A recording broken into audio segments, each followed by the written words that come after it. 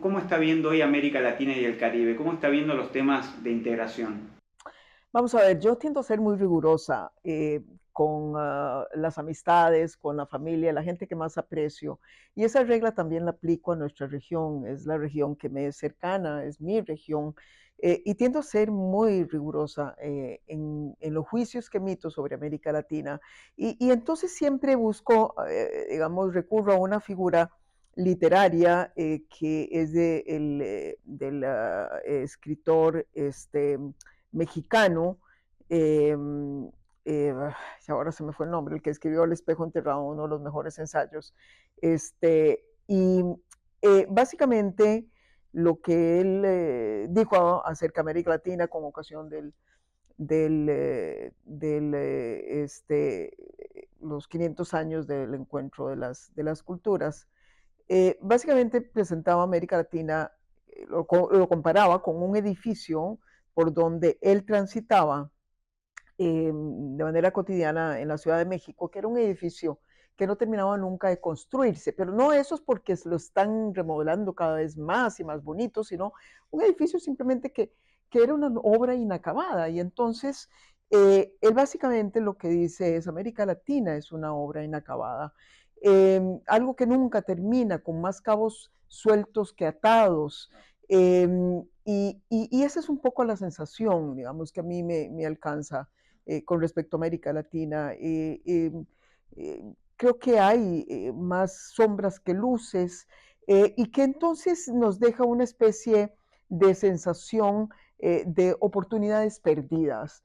Y definitivamente es así, es decir, pareciera que logramos avances, no hay la menor duda que existen, pero son avances que muchas veces no se logran sostener y entonces una nueva crisis económica, social, financiera, política, echa para atrás los logros alcanzados. Hemos tenido países que han estado a punto de coronarse y cruzar el umbral del desarrollo, pero luego los vemos retroceder.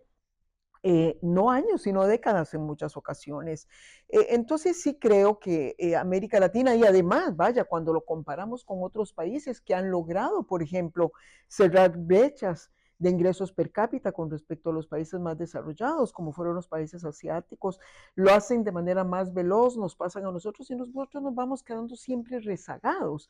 De manera que sí, yo creo que América Latina es una región que tiene muchas oportunidades que no hemos aprovechado y si bien hay avances que yo reconozco, no hay tampoco forma de excusar muchos de los rezagos que hoy presentamos. Y esa forma de ver la región, ¿cuáles serían las causas del por qué siempre estamos quizás llegando y después retrocediendo? ¿Son los liderazgos? ¿Son las instituciones? ¿Una combinación de ambas? Yo le atribuyo muchísimo a la parte de cultura, más bien. Y claro, cuando son problemas culturales, alcanzan a todos por igual, alcanzan a líderes, pero también alcanzan a sectores de la población, porque tiene que ver con actitudes, cómo enfrentamos procesos, fenómenos, desafíos.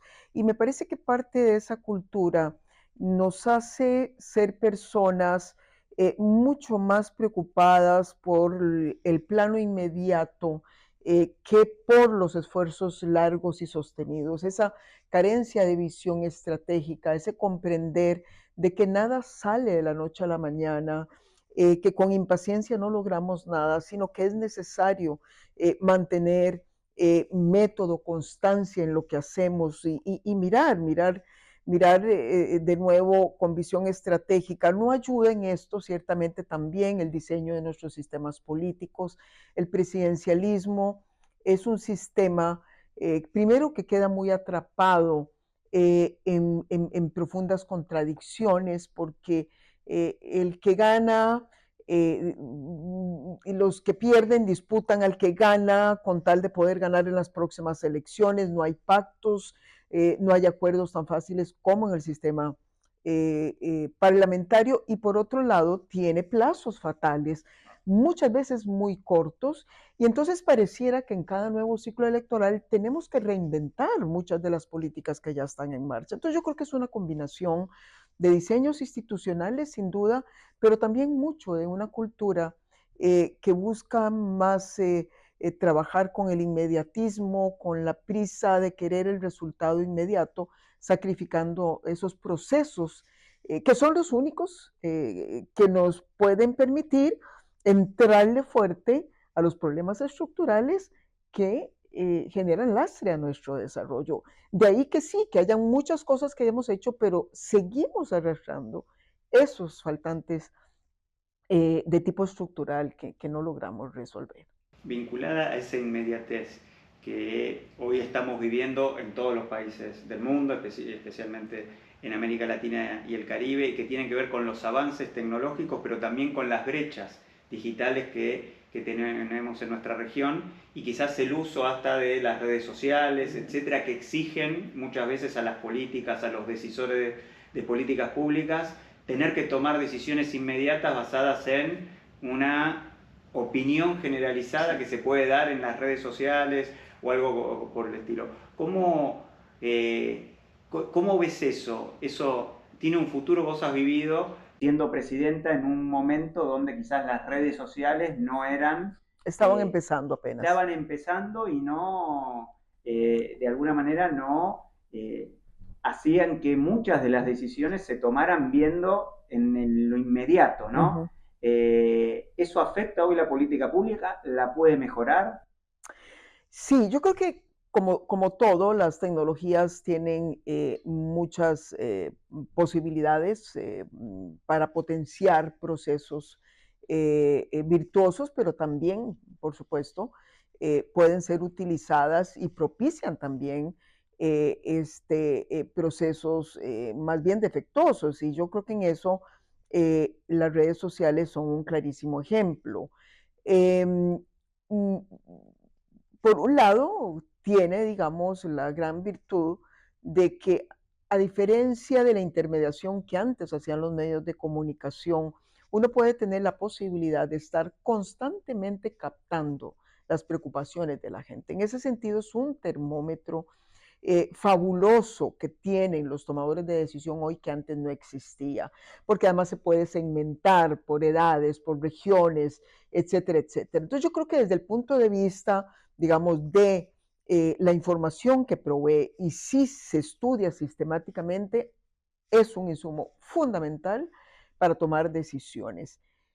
La parte no tan positiva es el uso a veces más bien, y vamos a lo mismo, ¿verdad? El uso más cortoplacista que hacen los políticos de la misma, que es básicamente creer que en esas opiniones se resume toda la información relevante para tomar decisiones, muy ávidos, como tienden a ser los políticos, de la popularidad, y entonces terminan gobernando en función de las opiniones que surgen de las redes sociales. Y entonces eso hace que tengamos también, a la par de estas condiciones previas, tengamos una volatilidad casi aún mayor en este momento en los procesos de gobierno y de toma de decisiones, tan volátiles como que hay presidentes que los hemos visto cambiar de decisión de un día para otro, porque precisamente el ruido de las redes sociales le está indicando una dirección. Eso es sumamente peligroso, porque además ya también sabemos que se pueden manipular las redes sociales a través de las granjas de bots, etcétera, etcétera. Entonces, muchas veces esa opinión que estamos viendo es opinión inducida de manera maliciosa por terceros actores. Hay que tener muchísimo cuidado con el uso de las mismas. ¿Cuál fue una decisión muy difícil que le ha tocado tomar siendo presidenta, por ejemplo, que o cambiaría o no cambiaría en alguno de esos momentos que a uno lo ponen ante situaciones que son a veces límites y que hay dos caminos? Sí, vamos a ver. Yo diría que casi siempre esas decisiones, las más difíciles o las más complejas, no necesariamente son las que hacen parte de tu propuesta. Generalmente cuando uno llega a gobernar, bueno, por lo menos yo creo que los presidentes que lo procuramos hacer con la mayor seriedad, ya hemos estudiado, ¿no? Cuáles son los desafíos en materia de desarrollo de tu país.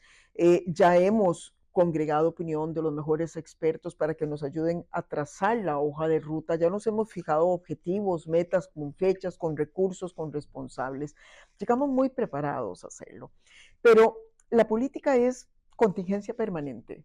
Y entonces hay que aprender a manejar primero muy bien las frustraciones, porque las cosas no salen en los tiempos que querés y muchas veces no salen del todo. El reconocer que en algunas ocasiones tenés que sacrificar un logro que para vos quizás era importante, que quizás creíste que iba a ser parte de tu legado, con tal de mantener otros balances, muchas veces que tienen que ver con la estabilidad política y social. Yo creo que es de las experiencias más duras que todos vivimos. Y es decir, cuando tenemos esas masas que por estar impulsando una reforma tributaria como yo tuve que hacer, o por estar queriendo construir una red vial que quizás tiene un gran impacto estratégico en las exportaciones de mi país, las comunidades o la población no quería la medida y se te tiran a la calle y has intentado las negociaciones y ves que de pronto puede estar en riesgo la paz social de tu país. Esos son los momentos más difíciles, porque son los momentos en que tenés, de nuevo, muchas veces que echar para atrás, y eso es muy duro de hacerlo, porque en el fondo es un reconocimiento de que algo falló, y lo más grave es renunciar a cosas que vos estás perfectamente convencido, profundamente convencido de que eran importantes para el país, pero no lograste convencer a la gente o simplemente entraste en conflictos con intereses más comunales que también son válidos frente al interés nacional, ¿no? Yo diría que esos son los momentos más difíciles y a mí me pasó en los dos temas estos. Me pasó con una reforma tributaria muy aspiracional que se nos cayó y con también la construcción de una arteria nacional. La infraestructura en general, por lo menos en mi país, ha sido un tema muy conflictivo. Infraestructura es un tema clave para la Sin integración duda. de los países de América Latina y el Caribe, para el crecimiento y el desarrollo de los países, de las regiones, de las ciudades, etcétera. ¿Cómo le encuentran la vuelta en la toma de decisiones? Porque, bueno, por ejemplo, no pudiste hacer esa ruta, pero dentro de tus planes de expansión, de desarrollo, De los acuerdo. objetivos que decías que te habías planteado, seguramente muchos de esos temas tenían que ver con cuestiones de infraestructura física, Sí. infraestructura de integración. ¿Cómo esa experiencia de tener que decidir esto lo hago y esto no lo hago? ¿Cómo lo viviste?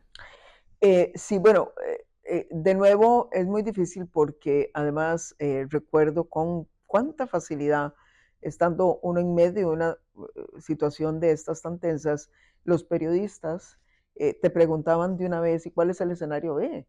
Y de pronto te das cuenta que no hay escenario B.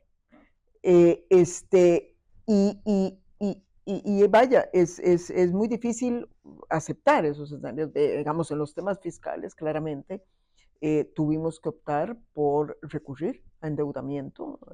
Costa Rica ya había ordenado mucho la casa en materia de ordenamiento, sobre todo en los mercados externos. Tuve que ir al Congreso para poder pedir autorización y tratar ya no solamente que mi gobierno pudiera trabajar con cierta holgura, sino dejarle al que venía algo, digamos, en caja. Y por supuesto recurrir a, una de las recetas que a uno pues trata de evitar, que es empezar a hacer recortes en temas muy esenciales, ¿no? Y entonces ahí también vienen todas las disyuntivas de qué es más importante. Qué difícil a veces escoger entre o sacrifico la construcción de infraestructura o la educación o la salud, a dónde le recorto, ¿no? Más allá de gastos superfluos que sí, evidentemente salen primero. Pero ese es, digamos, otro mapa de decisiones que uno casi siempre tiene que tener a la mano, ¿no? ¿Cuáles son esas alternativas? Pero también volvemos a ese problema que tiene la política latinoamericana, que son los periodos tan cortos y las dificultades de armar consensos, porque además, entre más se avanza dentro de una administración, más se va cerrando el espacio político, ¿verdad? De manera que ese es un tema muy importante que tarde o temprano tendremos que resolverlos con reformas al sistema político que ojalá no nos lleven a escenarios, digamos, como el de Perú, que quiso hacer algo intermedio y fue peor todo, ¿no? Hay que hacerlas con muchísima sistematicidad para que puedan resultar mejor que lo que hoy tenemos. Esas reformas que quizás tienen que ver con reformas del Estado, de la administración, modernizarlo, etcétera. ¿Cuál es tu experiencia en ese sentido? Digo, hablando de los temas quizás hasta de gobernanza, ¿no? Bajándolo un poco más de nivel. Claro, mira, las reformas al Estado tienden a ser muy complejas porque tenés que hacer el cambio de la mano de quienes resultan más conservadores para emprender reformas que la misma burocracia. Entonces, convencer muchísimas veces a los burócratas de que la eliminación de un departamento es importante, la reconversión de funciones, la fusión de unidades, etcétera, etcétera, es muy difícil. La burocracia en general se siente cómoda donde está. Y bueno, si no haces el trabajo con la burocracia se mueve al Congreso y te frena o te para las reformas. De acuerdo a mi experiencia, las tecnologías de la información llegaron, entre otras cosas, para evitarnos hacer muchísimas de esas reformas por la vía que tradicionalmente las hacíamos. Y entonces, por ejemplo, cuando se trató de incorporar criterios de más transparencia, de más integridad, de más agilidad, de más democratización en toda la parte de compras públicas en el sector público costarricense, las tecnologías de la información fueron mi principal aliado. Es decir, descubrí, y esto como politóloga, yo venía preparada para hacer las reformas tradicionales, ¿no? Una reforma legal que se manda a la Asamblea Legislativa. Eso no iba a ninguna parte. Ahí estaban las tecnologías digitales, mi equipo en materia tecnológica me ayudó y logramos hacer cambios significativos sin que se tocara una sola ley. Y la tecnología se impuso dentro de la burocracia y los burócratas no les quedó más que adaptarse a los nuevos mecanismos. Yo creo que tenemos ahí a la mano esa gran aliada que es la tecnología para muchas veces hacer esas reformas del Estado que por la vía tradicional se nos llegan a trabar. Totalmente. Y en lo que concierne a los temas medioambientales, Costa Rica siempre tuvo una conciencia ambiental, quizás diríamos pionera Sí. en América Latina y el Caribe. ¿Cómo ves la situación hoy? Porque ya, digo, mismo en Naciones Unidas, el secretario general ha planteado un escenario de quiebre, ¿no? De que estamos ante una situación muy compleja con la suba de las temperaturas, con escasez de agua en algunos lugares, Sí. incendios en el otro, que la situación ya es casi irreversible. Sí, sí. Cómo los líderes mundiales, las personas que han tenido experiencia de gestión, se tienen que enfocar en los temas ambientales. ¿Es verdad que hay una catástrofe ambiental o es como dicen otros, no, no pasa nada, es parte de las distintas eras de nuestro planeta? No, eso no es así. Eso no es así, es clarísimo. En el año 2000, creo que fue el 19, yo soy parte del Consejo Asesor del Informe de Desarrollo Humano que se publica ahora cada 2 años y sacamos el informe que lo llamamos la nueva era del Antropoceno y está claramente estudiado con toda la evidencia que ahí pusimos de que ya la humanidad entró a una nueva era en donde todo lo que suceda va a ser básicamente ocasionado por la acción del ser humano. De manera que yo creo que muchos no entienden el peso de las responsabilidades que tenemos sobre nuestras espaldas.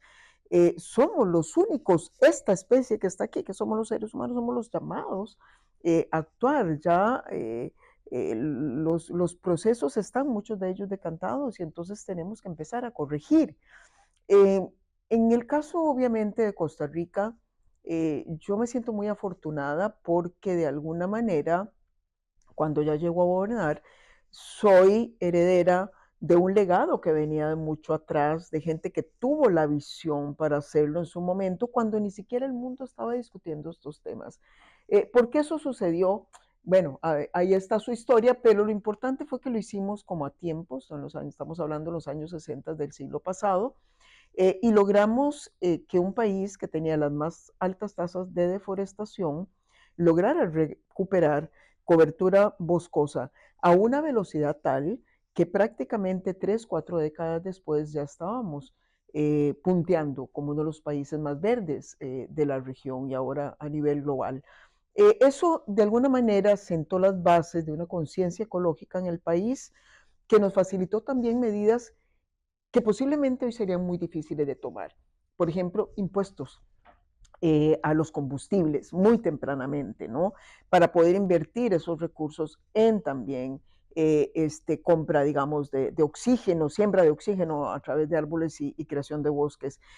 Por ejemplo, el hecho de prohibir la explotación y explotación de petróleo y de gas. Ya en mi administración yo me atrevo a dar un paso más con la minería de oro a cielo abierto, que también la prohibimos. Es decir, Costa Rica, digamos, siguió ahí una trayectoria, yo diría que muy virtuosa, y entonces somos en cierta forma un país bastante ejemplar. Sin embargo, la tristeza es constatar que nuestro tamaño es tan pequeñito que ni siquiera alcanza para que nosotros gocemos de los beneficios de eso. Es cierto, producimos 100% de la energía eléctrica, es cierto, somos más resilientes que otros países cada vez que pasa un huracán por la zona, pero estamos sufriendo las consecuencias de las economías altamente contaminantes. Entonces, bueno, aquí es la otra lección. Hay bienes globales que nos obligan a ver más allá de nuestras fronteras.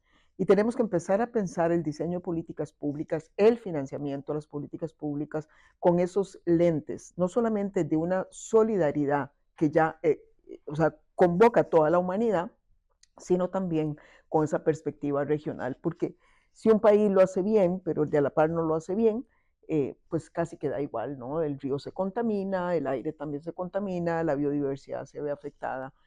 Todos tenemos que concurrir en la misma dirección. Ahí hay como, en lo que planteas, como dos caminos.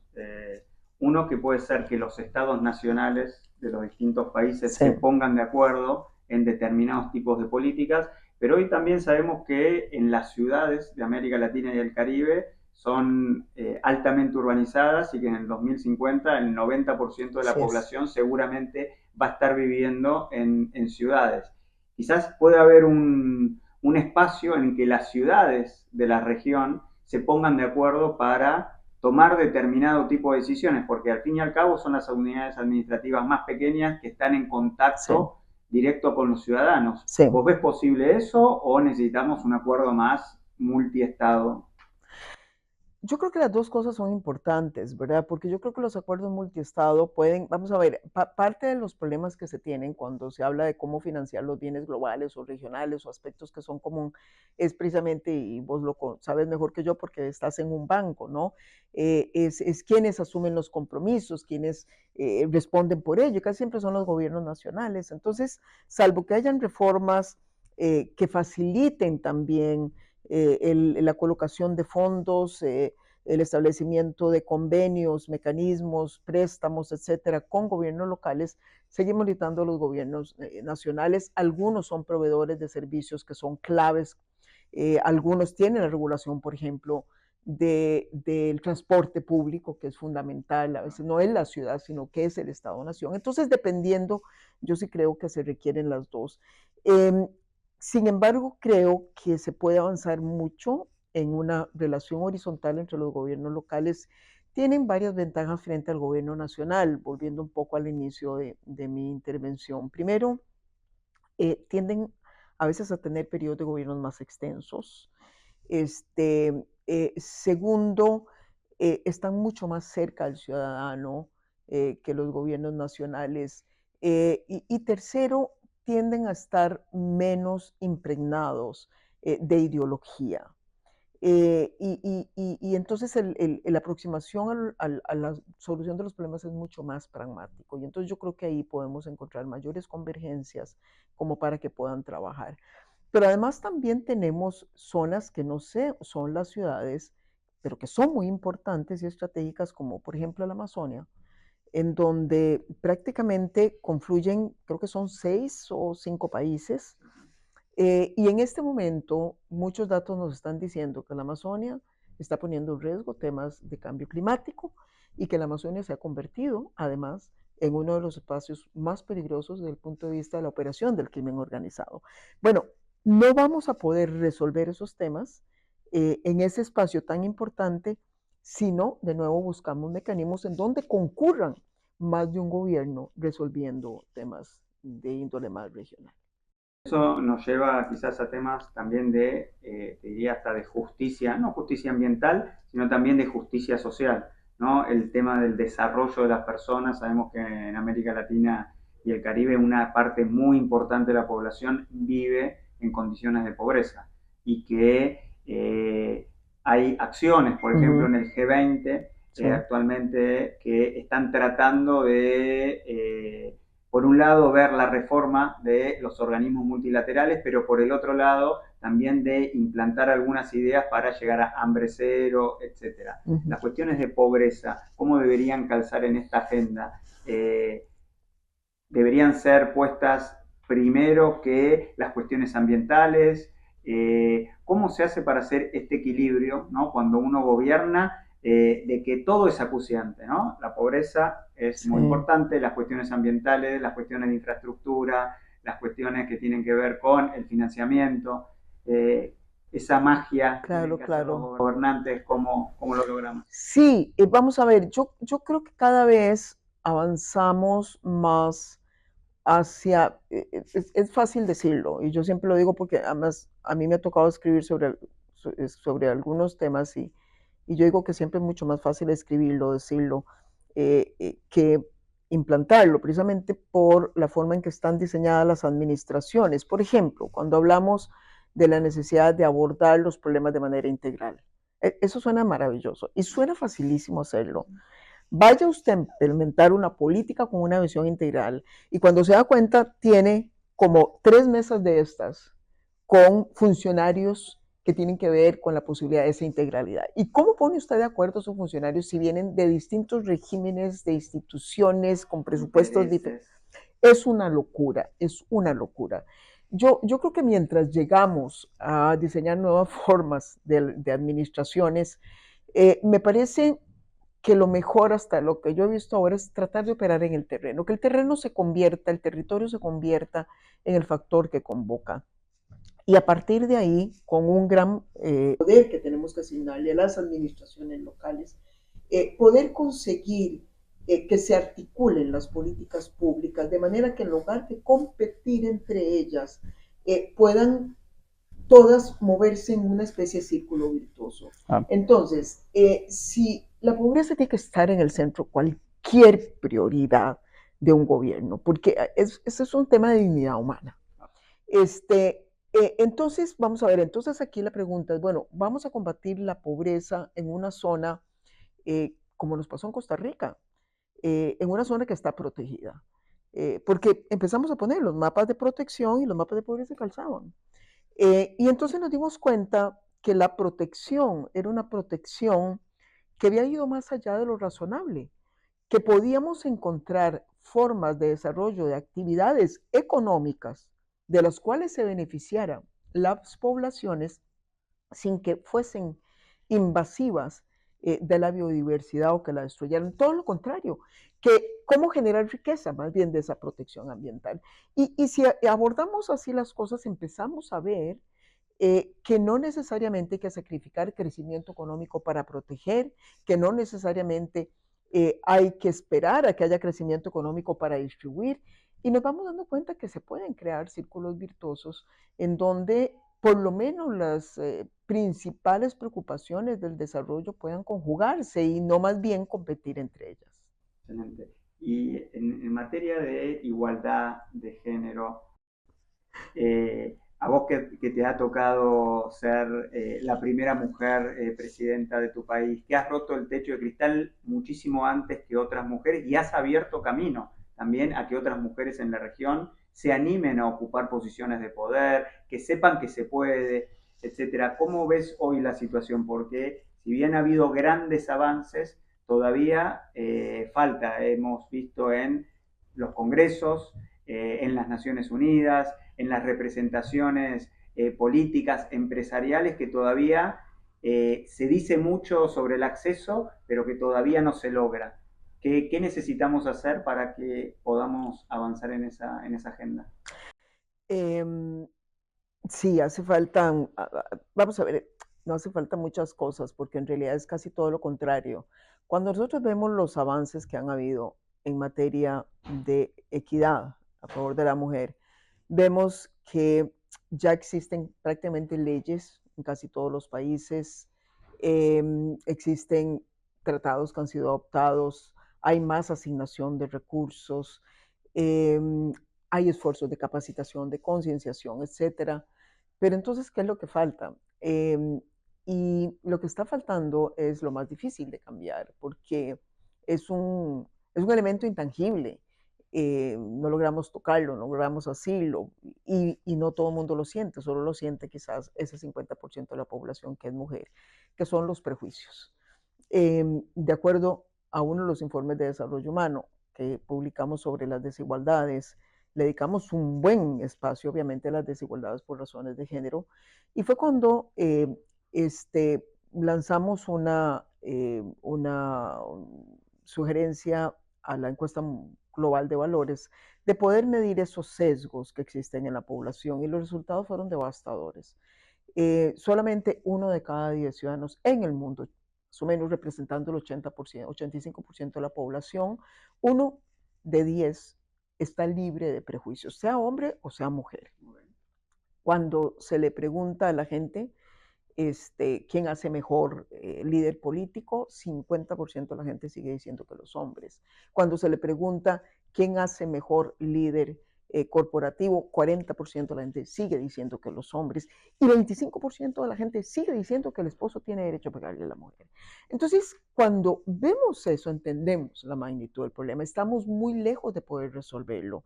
Eh, al día en que sea neutro, ¿verdad? En que la persona diga 100% es igual, porque lo que importa es la capacidad, no importa el género.